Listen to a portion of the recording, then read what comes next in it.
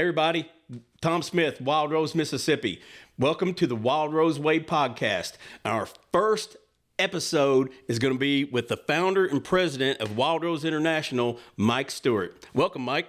Great to be with you, Tom. This is exciting. It is. All right, yep, we're getting this thing going. So tell us a little bit about how you progressed into becoming a dog trainer. Well, I don't really know when it started, but I can tell you this. Back when I was a kid, my dad was a horse trainer. And everybody on the ranch or everybody on the farm had a job. And one day he just walked in early one morning on a Saturday morning, whacked on the lights and said, "Get up, got to go to work." And I was pretty young, and he said, "You're going to take care of all these bird dogs." Took me out there, showed me how to feed them, how to take care of them. And it just became something of a passion at the time. And at that time, I started training a few dogs for the public. I was around 13 years old. I had my little wing that we still do, and I had my little whistle, and we'd blow them. And people would give me $5 or a knife or something to break the dogs and teach them to lead. And so it just started there. On that, were you using wool boards back then? Yes, but they weren't actually boards. So we would just put down a piece of carpet or just any old thing that was laying around. But one of the things I used a lot was a pallet, just an old pallet that the food would come in for the horses, and then we'd have these pallets laying around, and I'd put the pallet on, and I'd get the dog running and said, "Whoa, get him on that, jump up on that pallet." On top of that, my mate put an old tow sack. It's a feed sack, and people don't really know what tow sacks are anymore, but they were like a burlap type material, and I could put the burlap material down and started with that. Not really knowing what I was doing, it just seemed logical to me. They needed a place. Yes, and we know place works. Still works. It still works. That's the great thing about place training. It moves wherever you want to go, whether it's sitting on a Momar stand in the duck blind or sitting in the back of side by side while you're putting decoys out. It's just such a versatile tool to have in your training bag. And it even works for a podcast. Yep, it sure does. That's place. The other thing, a big day today, 47th anniversary with Kathy. That's right, number 47. Yep. She's put up with me that long, and I could not have built this business without her. I mean, she was the bedrock that really guided us with the business and gave me loads and loads of ideas and kept my head straight and true. I was coming up with the ideas faster than we really need to implement them. Sometimes she'd call me back and say, wait, we need to do this. And so she's been a real great partner for that. But she sort of migrated into that. She started taking over the office and running the office operation while I did the field operations, the work and the structure out in the field, training, taking care of the dogs in the field. And slowly we started adding staff. Yeah, and I still call her for advice. Yes, I mean, she did it for 20 years. She's like farmer's insurance. She knows a thing or two because she's seen a thing or two. Well, the interesting thing was she ended up with a doctorate in education, and she was teaching at Ole Miss in the education department. When I left Ole Miss as the chief of police and started doing this full time, it was getting big enough that I could make a living out of it. So I retired from police work and went in and started the training full time. It was myself and one kennel hand. That's all we had, and he was only here a couple hours a day in the afternoons just to help feed the dogs. And I was doing all the book work, I was doing all the callbacks, and this thing was getting larger and larger and larger. And I said, "Hey, you got to do something." But so when she came in and started taking over the phones, she started applying a lot of the principles that she did with childhood education. Mm-hmm. Like she could tell people, is it developmentally appropriate? So that's where I got the development. Is it what you're asking your pup to do? It's 6 weeks old. He's not going to sit and stay. It's not developmentally appropriate. So she started picking up on my suggestions to people listening to me on the phone, and she started being able to regurgitate those, extend with some of her educational pursuits. And the Wildrose Way of the book is just pretty simplistic, and you could probably train a kid right along with the book. I believe you could. It's pretty funny. She, when I got Dixie, my first dog, back in 2008, when I would send an email with a question, I could tell who answered the email. One was kind of flowery, and one was really blunt. Guess which one was which? I was the flowery guy, right? Yeah, that was you. I'm all into flowers and more of and we started asking questions and met a great guy, David Debonetto, now is the vice president of Garden and Gun. Started meeting him online. He was working for Field and Stream, and every once in a while he would get a question and didn't know really answer how to address it about a dog, and he would just text me in the blind, and I would text him back. Of course, Kathy would answer it, text it out. I'd fire it off real quick and tell him what to say, and then she would flower it up, boom, send it back to him, and that's why we became such a good friend and contact right there that developed up. And I have others that ended up working for Outside Magazine and Men's Journal, all started just asking questions online and me just answering them back through Kathy, typing them back, and she would be answering, filling in the blanks when they had questions. That's so awesome. And Dave's dog story is amazing. She was one of my favorite dogs ever trained. She was so smart, so quick to learn, wanted to please. And now she's sleeping with the kids, and on weekends she's in a duck blind performing just like she should. A dog of duality. Yep. Ducks in the morning, quail in the afternoon, and come in and watch the big screen TV. So you retired in 99, right? 2000. 2000. And then 2001 was the first big hit with Drake. Drake, the Ducks Unlimited mascot. And that came about is that DUTV was filming a lot at the time. That was very popular. That was a lot before all these video things that are on there now that distract a lot of people. It was just TV. People tuning in every week to the world of ducks. And they had some great duck hunters on there and some great locations. And they were traveling around, and they didn't have a DU mascot or a dog, and they were using everybody's dogs, every guy's. And they had a lot of bad dogs on there. And the one that broke the camel's back, Mark Pierce was the host of the TV show on that particular segment. And he goes up there, and they had this big old, huge, he said, Chesapeake Bay Retriever. And they sent first bird went down. He went out, grabbed the bird, went to the far bank and ate it. That doesn't make good TV. It was like, cut, stop filming right there. And second bird they knocked down did the same thing. And the guy said, after the third one, he'll quit that and bring it back. So they said, you got to do something. So I got a call from downtown DU in Memphis and said, could you train us a mascot? I said, sure, come on down. And I took them out right here at the kennel, and I ran a few dogs, no electric collars, no force fetch, gentle training, balance training methods. And he said, yeah, we could put that on TV. And so we sat down in the hallway of the kennel and came up with the idea to create Drake and then film it all, the segments, and put the segments on DU TV like 3 minutes, 2 minutes. Each week, we had people tuning back in to see what the next segment was. So we ran that segment for 8 years. That is the longest running training series not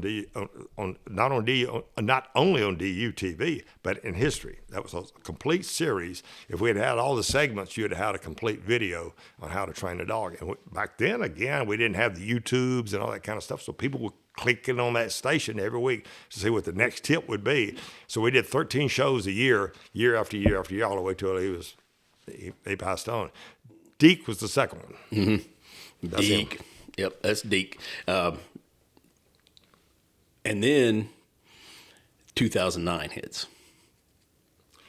2009. Now, that was a magic year for Wildrose. I got a call. Kathy actually got the call. Okay, she's not working the phones.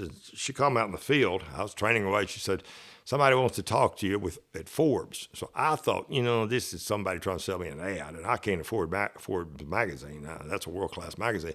So I go up there and called him back, and he said, no, we'd like to discuss with you about your recession-proof business.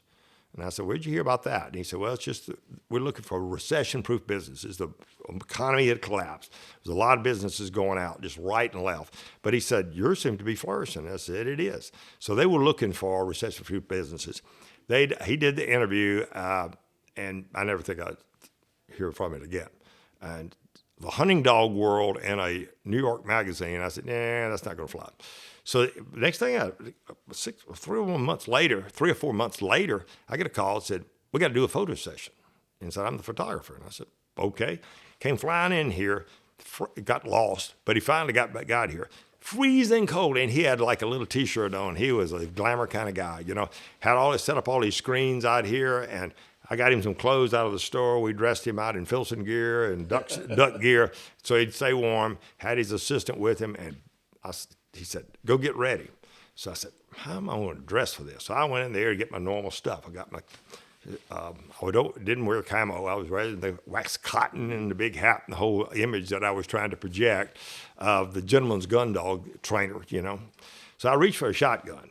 I said, they're never going to put a shotgun in Forbes magazine on the cover of a New York magazine up here. So I just reached and got my cane, a walking cane like a proper British gentleman would do. And I walked out there and just leaned on the cane, and all the dogs were just sort of looking in a different direction. He caught the shot. And he said, if I could just get a picture in Forbes, I'd have it made. And it got the cover. Yeah. And he called me in tears that day. He had just photographed Willie Nelson. And so he said that was another great one he had. And Willie Nelson came in and he said, I don't sit for photos.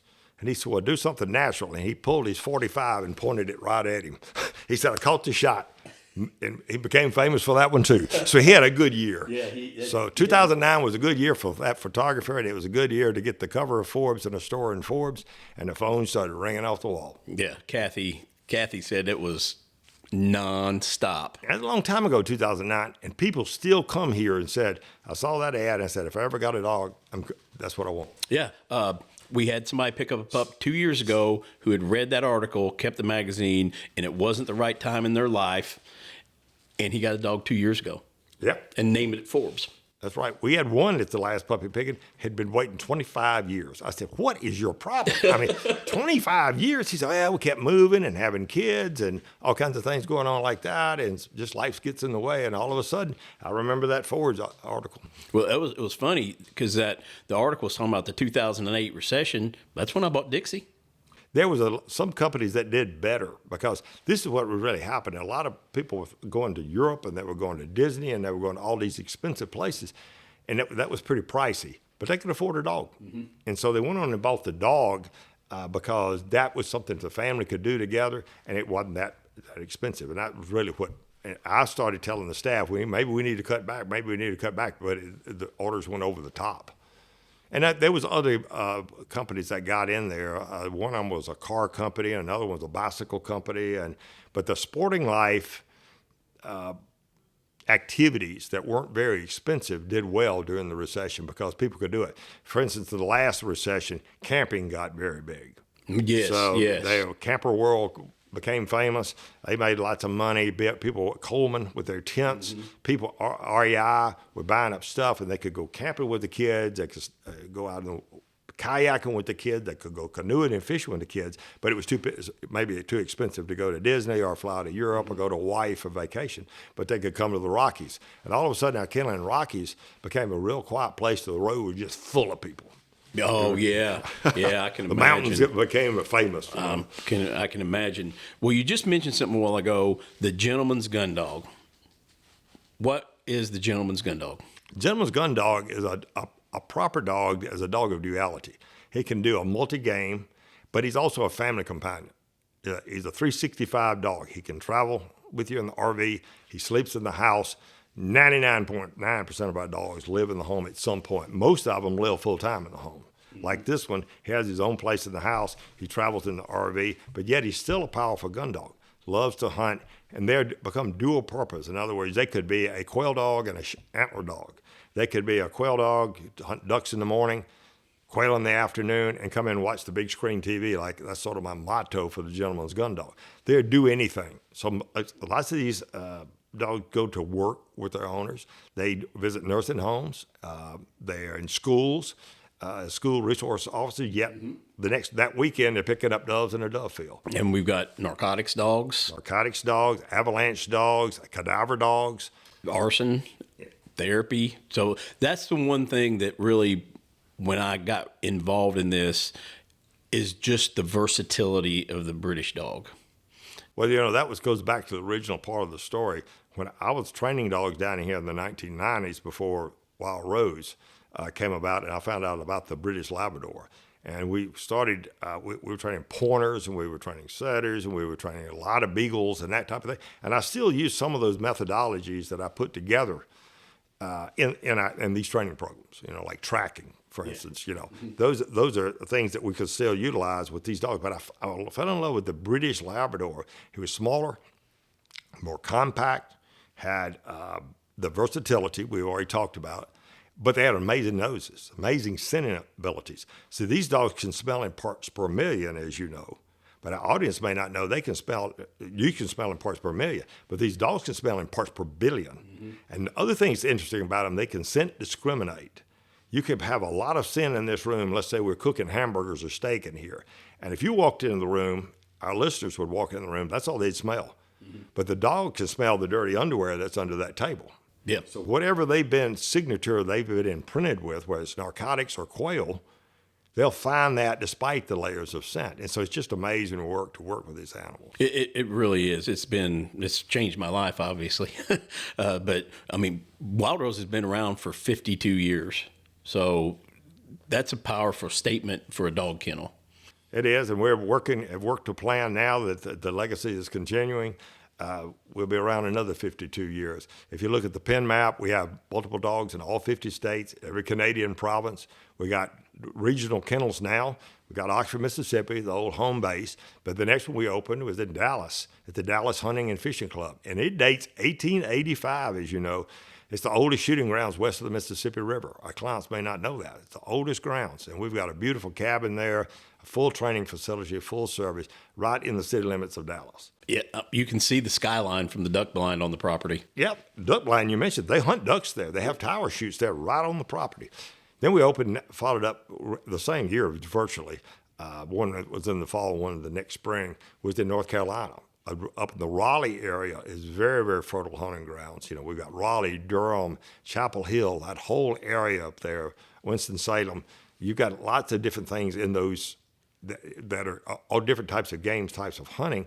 And we're sitting there just outside of Hillsboro, maybe straight north of there, only 18 miles outside the city. And then the last one we've opened recently is in Sheboygan, Wisconsin.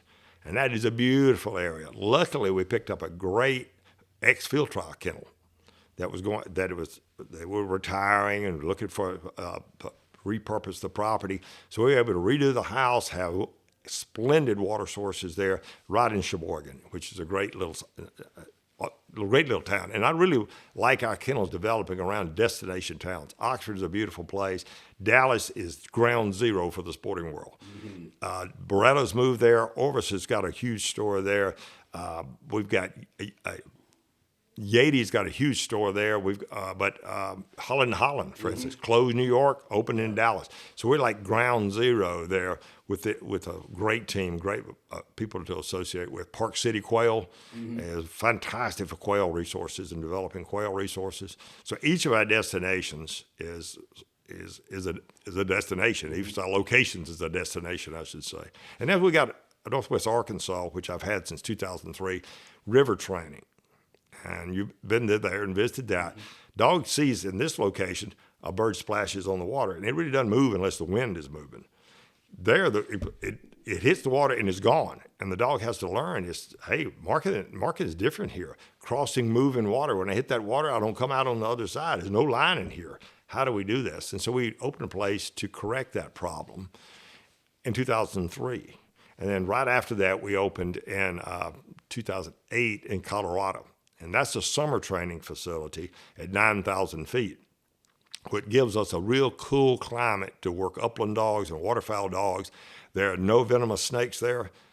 Got mosquitoes, but no venomous snakes and no ticks. So we have a real good summer environment. When it's really hot in Texas and really hot in Mississippi, we can take finished dogs out there and run the fire out of them and get them in great running shape for river work and big flooded fields. Yeah, because there's the Clear Creek. The river runs through the property, and it's can be moving pretty quick. Trout, and it moves, and it runs directly just only 2 miles down the road. It hits the Arkansas River. That gives our listeners some bit of the location. So we're on the western slope, outside a couple of hours from Denver and Colorado Springs, and we're on the backside of the Rockies, and it's a beautiful place up there. It is gorgeous. I love my week. I go out there every year. I go in August when it's blazing hot here. I come out and train with you and hang out with Kathy. We talk some business, have a lot of fun, bring some dogs. It's amazing that the difference of cover, like this, we were talking about the sage earlier today, how it is so pungent out there that the dogs really have trouble scenting, and it's not humid. It's very arid. and it's just the change with that amount of scent, how much harder it is for the dogs to find the bumper. For our listeners, there's a difference in sagebrush and sage grass. Sage grass is sort of tall, caney stuff. This sagebrush is like you see on the Westerns, and it's really pungent. I mean, you can pick it up and it smells really good. And also you could put it, lots of ladies put it in their closets and things. They bundle it up and put it in the closets, and it takes on the scent. Your clothing takes on this wonderful scent.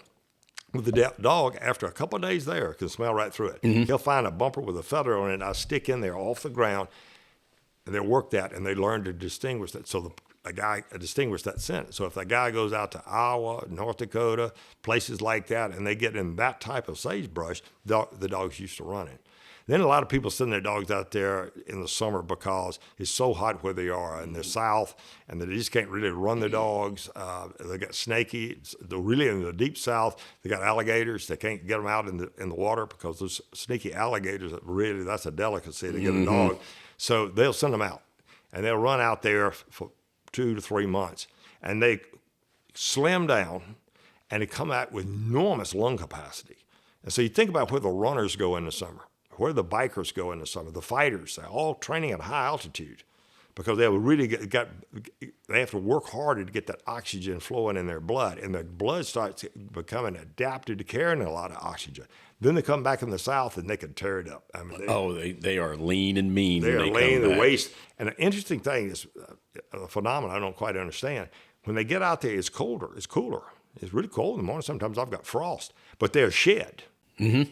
All the dogs start shedding, and I mean, they just pour the old hair off, and they get a whole new coat all summer long. It's really interesting. You'd think that they wouldn't shed, but they actually shed off. The funniest thing that has happened on any trip out there is Wile E. Coyote. The coyote that was following us around watching the dogs train. I've got a trained coyote. Spot to spot and just sit on a rock and watch the dogs train, and we'd move, and the coyote would move. It was just hilarious. But yeah, it's at that place out there is wonderful training grounds for the dogs. And I learned this weekend, I didn't realize this, but a dog's VO2 max is 2.5 to 3 times that of a human. And that's one thing that helps him scent more. Yeah, Dr. Ruth Ann was talking about it, and that was a fantastic nutrition talk she did this weekend. So 2009 cover Forbes hits, 2012 cover Garden Gun. Garden Gun. It looked like this picture right here, and it became a sellout cover. That was the first sellout they ever had, and he got the Deke. This is it. So we sort of duplicated that picture for this book, and it looked just like this. And it was a beautiful cover, beautiful story, and that really kicked us off again. That was another good spike. And then we've had several mentions, full articles in Cubby Rise. Our friends at Cubby Rise, John Timms down there, great friends. Can't complain about being in that beautiful magazine at all. And you can't forget Ducks Unlimited. About every 2 or 3 years, they'll come and do a one on our training programs and do a feature. And just this month, we were featured in the current issue of Ducks Unlimited on our philanthropy, if you want to, on our donations and work that we were doing with Habitat. Oh. So we have an article in there where they were talking about Wildrose and our contribution to habitat development and management long term. Yeah, we can't forget about our partnership with DU for the last 24 years. It's just been fantastic. A lot of the executives have our dogs. Chuck Smith's dog is here for a tune-up right now. We're getting ready to film for DU TV for the 24th time, I think. So our partnership with them is strong and solid, and they have helped us tremendously, and we wouldn't be here without their support also. Well, if our listeners and viewers really want to see more about this, they can go to uklabs.com, and scroll down on that main page. And it starts off at the top. It'll show you all our kennel locations. You know, it shows them, and you can click on them. But down there, we've gone in and posted absolutely complimentary a whole series partnered up on Upland with Tom Beckby and the clothing company, and we get step by step how to train an upland dog. And then we've got the DU series by year for a couple of years that we have posted all the videos that we did with DU TV, and we'll be posting pretty soon the 2024 shows, but the 2023 shows are up right now. People can go and view those, and we've probably got about 120 free videos on there that you can watch. A lot of them are filmed by the DU staff, which they are fantastic, and a lot of other partners that we film different things for. And we've got those posted on there, completely complimentary. Go take a look. And then 2014, things changed when this came along, when we got sponsored by ProPlan. Dr. Ruth Ann Lobos was just here this weekend for Handler's Course to talk nutrition with the clients, and the CEO ends up buying a dog, and we sold 3 more this year to different Purina folks. And the other thing that was very significant is that we partnered up with them. I told them that I told several people at Purina there was not a really good puppy video out there. People got a lot of dog training videos, and we're putting out dog training videos. But what do you do when you first get the puppy till you get to that stage of actually putting a dog in formal training? And so I went to St. Louis, and Deke and I went up there, and we presented it, and I liked the idea, and we filmed that here on the property. And that's also complimentary on our website. You can see, I've got a puppy now. We start off with it, and then what do you do? Step by step by step by step to develop your own gentleman's gun dog. But the funny story about that time was when we got that thing going, we came down here, and I thought it was going to be a regular DU thing, like where they show up with one guy with a camera and another guy with sort of move things around, maybe a bit of a roadie. They showed up with a whole film crew, and these trucks started rolling in that morning. I had no idea. They had grips, they had lighting, they had all these people, they had the caterers. I mean, it was like a major production. I was a little bit intimidated, and I said, well, my goodness. And so we got out there, and we did the show. They had a director. They had the script people, and they got after me for saying words wrong, and so they were big on the edit. But we ended up with the crew ended up producing an Emmy off of that. Yes. And it got picked up by the AKC, American Kennel Club, and ran 1 year on the AKC Kennel Club, saying this was the way to start a puppy. So we were very proud of that success. And you can still see it. It's on our website, uklabs.com. Yep, it's the 16-part puppy training video series. And I had counted, there were 27 people. When the box truck, they had a fog machine. I was waiting for the disco ball. Yeah, fog. That was wild filming with them, because they were serious about it. They were cocked and loaded when they showed up. And I said, well, where's my 2 guys, like I normally get. Yeah, I was like, okay, I'm quite ready for this. But we also go to shows with Purina now, like Dallas Safari Club. I'll be in New York at Orvis Sandinona in September for their game fair. We're doing some stuff at Squad Fest with the Dive Bomb guys this summer. So it has been a fantastic partnership, and they are unbelievable to work with. Yeah. Speaking of Purina ProPlan, your thoughts on nutrition for these canine athletes? Well, that's it. They're canine athletes, and you've got to put the proper energy in them to get the proper performance in the field. And the food is the best that I've found to achieve that performance. And so it's a balanced diet to begin with, and you've got your proteins in there and your fats that have to be balanced appropriately. Same thing with your calcium and phosphorus. You have to balance that appropriately. It takes a ton of research, a lot of money, deep pockets. You can't just go out and open a dog food. Well, they do, but they can't just go out and open a dog food company and say this stuff is going to be a performance diet for an athlete like these. So what we're trying to do is to get a highly digestible food that puts a lot of energy on the dog, that helps with the bone structure, that gives them the fat, that is going to give them the energy, that's going to keep them warm. It's actually the fat in the product that keeps them warm. That keeps they're burning that energy. That's the fuel. The protein is more a bone structure coat. You can see the dog's coat, and it gives them like a lab is going to have a real oily coat. And that's going to put that oil in your omega-3 acids. Those are those acids, those natural products that they put in there. It puts that natural oil in that coat that sheds the water. Now, some of the dogs don't have the natural oil, but we want to see that really nice, smooth, oily coat. The product then has to have those things that we're really looking for, the balance of calcium and phosphorus, but not too much. If you put too much calcium and phosphorus, you grow the dog too fast, and you end up with hip and joint problems and skeletal structure problems. So the sport breed, they're for the large breed dogs, and the sporting breeds dog is a perfectly balanced for that. Yes. That is their niche market. And they have trained with the sled dogs and used those sled dogs that were in training and working to pull the blood on them and see how they absorb into the dog food, is how it gets into the bloodstream, how it gets into the muscle. And there's no other dog food company out there like it, because this is bred, that's why it's called sport. Now, there's Purina products. There's a lot of Purina products on the market, but this is Purina ProPlan.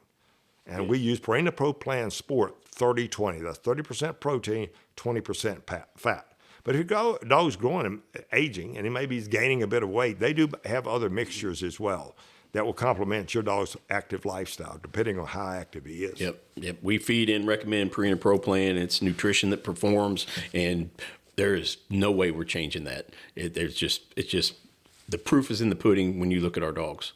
They did a lot of research, too, that when we go to the Sporting Dog Summit, the oldest Sporting Dog Summit that we've all attended, and the research there is very informative, like feeding your dog once a day versus feeding your dog twice a day. You don't want raw kibble in your dog's stomach when you're either running, either in training or doing any athletic activity, running on the trail with an adventure dog. We train adventure dogs as well as hunting dogs, and those dogs are very athletic, running with rollerblades, on paddle boards, other kinds of things. You don't want that raw kibble in the gut.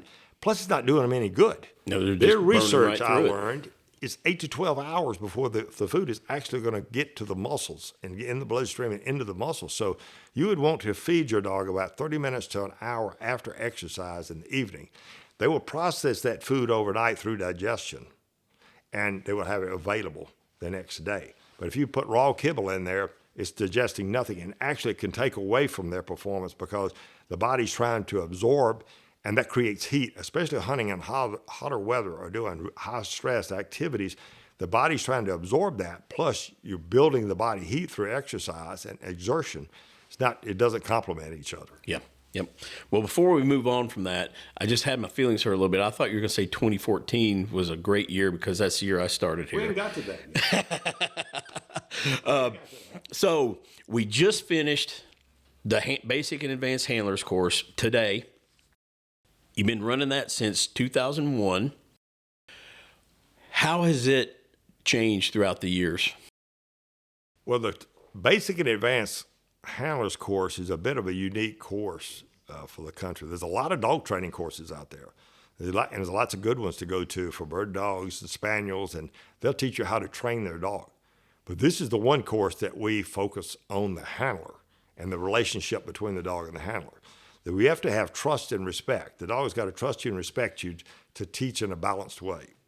And so we have to teach the dog through our mechanics, the mechanical side of it, and bringing out the natural ability of the dog and applying controls. But then we got to train the owners. So it's the 3 parts for the Wildrose Way. Bring out the natural ability. That's why I like the British Labrador. But pointers, we've got some great GSPs. We had some great spaniels in this thing, some British Cockers. They were a lot of fun.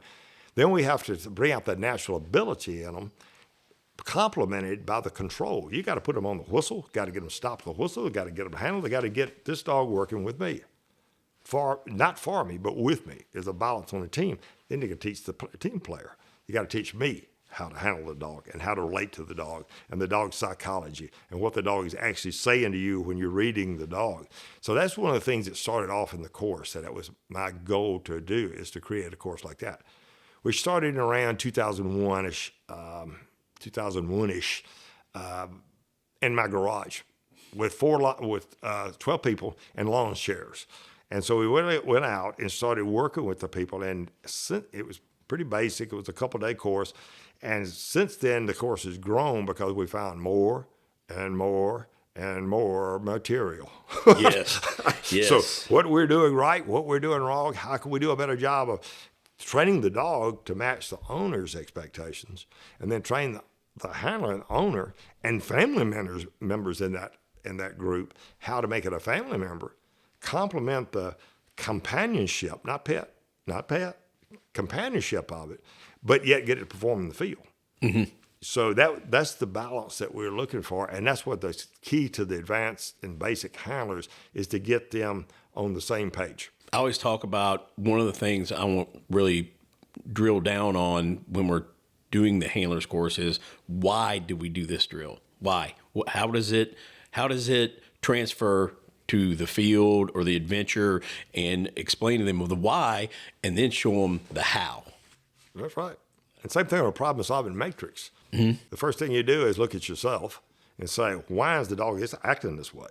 If he's got natural genetics to perform in a manner of game recovery and locating game, why is the dog responding in this way? So you look to yourself first, and you look at your mechanics that you're doing. You look at the relationship that you have with the dog. The dog doesn't trust you. He's jumping on you, not paying a bit of attention to you, no eye contact. You know, that's what we're looking for when we're working with the owner, to build that relationship. Yeah, it's super fun to watch people improve over the course. We just finished, we had 30-something people here for 4 days, had to skip a day due to the tornado warnings, wasn't going to be safe in the field, and I walked around and talked to all the clients, and they were really happy and say they learned so much, and that's why we do it. That's why we want to be the teachers. We're the professionals to help them get better with their dogs. To me, it's a highlight. It's fun doing the shows and the demonstrations and people clap and cheer and everything. But the highlight of the whole career, I guess you'd say, is when we get the person to do it. Then the light bulb goes off and said, I had one guy tell me just parking lot last evening that it's the best dog I've ever owned. You know, that's what I want to hear. It's the best dog I miss her terribly. It's the best dog I've ever owned. So, you know, that's what just makes me beam. And I love now the generational thing of this. It's great to see the families come into the situation. It's a family business. It's a family-oriented business. And it's about the pack. It's about the tribe that follows us and does all the cool things with us. And it's fun to do the demonstrations, but it's really fun to teach these people and see these people come back and get their second and third and fourth dog. So it's great fun to see the kids come back now that they grew up with a Wildrose dog. Now they want one for their kids. And some of these little guys are sitting down there and say, I want to train this dog myself. And that's really exciting. They can take the book and see the videos and come to our workshops and do a lot of their own training. That was fun when we were doing introductions. When we have new clients coming in for their first handlers course and introducing each other. And like Hank Schumann's family has had 9 Wildrose dogs. Yeah. That's a powerful statement for new people coming in. It's not unusual to see 3 to 5 of them come back. And that's a generational thing. One generation's passing it on to the next generation. So it's a really good thing. And it's like with you guys, you, Stephen, GC, Alan, I'm working to pass the legacy, the brand, if you will, and our methodology of training the Wildrose Way onto the next generation. So it's building a company that endures. Yep. And one thing I like about it is the relationships that get formed with the clients. You know, we've got Kent and Chris and Bill Reams. They hunt several times together each year, and they all met here. Well, that's the tribe. You know, they bond. They tailgate, they go hunts, they go training together, and that's really rewarding to see. That's really rewarding. So we're not just selling a dog as a product. You know, we're selling a complement to a lifestyle. Oh, I can't imagine. That's in our business mission statement. I can't imagine not having one of these British dogs in my life. So, Mike, you founded Wildrose International as the company started to grow. What does it do for Wildrose as a whole? Well, Wildrose had grown off a lot of the publicity we've gotten, the successful dogs out there. And a number one way that people find out about us is somebody tells somebody and say, we recommend you going there. We had a waiting list of about 1.5 years. And so I started looking around for something around 2015, 2016, after Forbes and Gardening Gun and Ducks Unlimited had all been pushing. And we're getting a lot of calls. And it was getting too long a waiting list. It was getting and people were having traveled too far. And we really wanted to spread our footprint out across the United States. And I got to thinking about what we should do. So I came up with the idea of basically looking at what you call a franchise, if you will. About that time, one of our good friends and my minority partners now, Joe Crafton, approached us and said, I'm buying this place in Dallas, Texas, and we'd love for you to open a kennel there. And we got to thinking about, you and I got thinking about, how are we going to manage a kennel in Mississippi and manage a kennel out there and everything else? And it just popped in my mind an idea. I'd had a vision years and years ago about basically franchising the brand and build the brand. And we'd worked hard to build a brand. The company's not about Mike Stewart. The company, most people don't even know who that is. The company is about the Wildrose and the Wildrose Experience and the Wildrose Way. And so we had that all set up, and we had actually trademarked the Gentleman's Gun Dog. It was the only kennel with a registered trademark with a brand of dogs. So we'd already done that. So, and I already talked to an attorney earlier on that had given me a rough draft of how to license another site. And so it gave me the idea, and we went and retained a corporate kind of lawyer that builds franchises. And I called him up, we had a long discussion, and he said, well, I've never done a dog kennel, and let me look around. Called me back, he said, there ain't one out there. There's no model. He said, we're gonna have to invent this. And he said, do you have a brand? I said, yeah. Is it a registered brand? He said, yeah. He said, let me check. Called me back, he said, yep, it's a registered brand. He said, now you're gonna need a manual on how to operate. You got one? Nope. So I wrote one. So on and so on and so on. The reason behind all of that was that we needed to forward deploy. We needed to reach our customer base. And Texas is our #1 state. Mm-hmm. So it was perfect match with Joe Crafton and Dallas Hunting and Fishing Club for us to put a kennel in there and to basically license it as a Wildrose. And then right after that, Kurt Parker approached us and said, I want one over here.